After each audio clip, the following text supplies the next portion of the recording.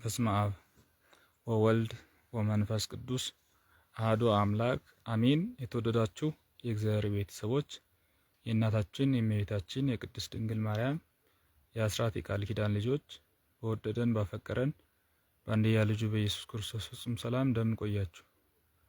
አሜን። የአምላካችን ስሙ ዘወትር የተመሰገነ የተወደሰ ይሁን። ዛሬ ጥቂት ነገር የምንነጋገረው ጌታችን በተነገሰ ጊዜ መግነዙን ጥሎ ነው የተነሳው እና ለምንድን ነው መግነዙን ጥሎ የተነሳው የሚል ጥያቄ እናነሳና በዚህ ጉዳይ 3 ነጥቦችን ተመልክተን በአጭር ደቂቃ እናበቃለን። እግዚአብሔር አምላካችን በቸርነት እንዲያስተምረን የእርሱ ቅዱስ ፈቃድ ይሁንልን። ጌታችን ሲነሳ መግነዙን ጥሎ ነበር የተነሳው። ለምንድን ነው መግነዙን ጥሎ የተነሳው ቢባል የምድራውያን ልብስ ለሰማይ እንደማያስፈልግ ወደ ሰማይ እንዳረገ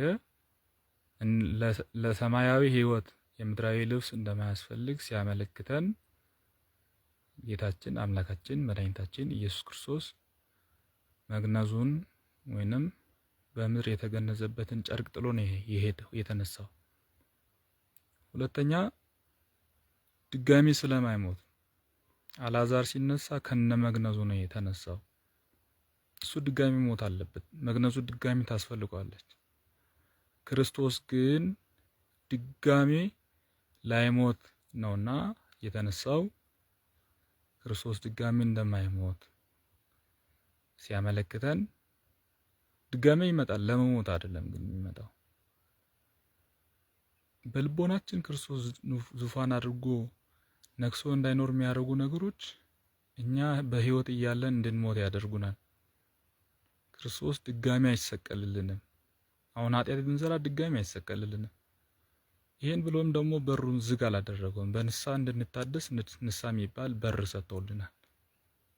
ስለዚህ ሁለተኛው ምክንያት ጌታችን ድጋሚ እንደማይሞት ሲያመለክተን መግነዙን ጥሎ ነው የሄደው የተነሳው። ሶስተኛ ለትንሣኤው ምስክር ይሆን ዘንድ ለመነሳቱ ምስክር ይሆን ዘንድ። መግነዙ ጨርቅ ዝም ብሎ ጨርቅ አይደለም። በጣም ውድ በፍታ ገንዞ ነው የተገነዘው። በኒቆዲሞስ በኩል የተገዛ ውድ በፍታ እንግዲህ ተማሪዎቹ ሰርቆ ቢሆን ከነ መግነዝ ጨርቁ ነበር ሊሰርቁ የሚችሉት። የዘበኞቹ ክስ ነበር። አይሁድ ዘበኞችን ይህንን በሉ በቃ እኛ ለእናንተ ምስክር እንሆናለን ብሎ ነበር። ተሰርቋል በሉ። የሚሰርቅ ሰው ደግሞ አስከሬን እየሰረቀ መግነዝ ጥሎ አይደለም የሚሰረቀው። ለዛ ይህንን ትንሣኤውን ፍጹም ክርስቶስ በራሱ ኃይል እንደተነሳ የሚያመለክት ማስረጃ የሚሆን ነገር መግነዝ ጥሎ ነው። ይገርማችኋል፣ መግነዝ ጨርቁ ቀላል ብር የሚወስድ አይደለም። ሰው እንደው ስጋውን ብቻ ወስዶታል ማለት በጣም አሳፋሪ፣ በጣም ውድ በፍታ ነው። ኒቆዲሞስ ባለጸጋ ስለነበር ሌሊት መጥቶ ይማር ስለነበር የተረዳው ጥልቅ ምስጢር ስለነበረ ክርስቶስ ዓለምን ሊያድን የመጣ መሲህ እንደሆነ በትክክል ስለተረዳ ውስጡ እየተቃጠለበት ነው። አይሁድ ሸንጎ ውስጥ ፍርድ ሲፈረድ እዛ እንደው ተጨንቀው ከዮሴፍ ዘአርማትያ ጋር ለመግነዝ ፈቃድ ይዘው ወጥተዋል።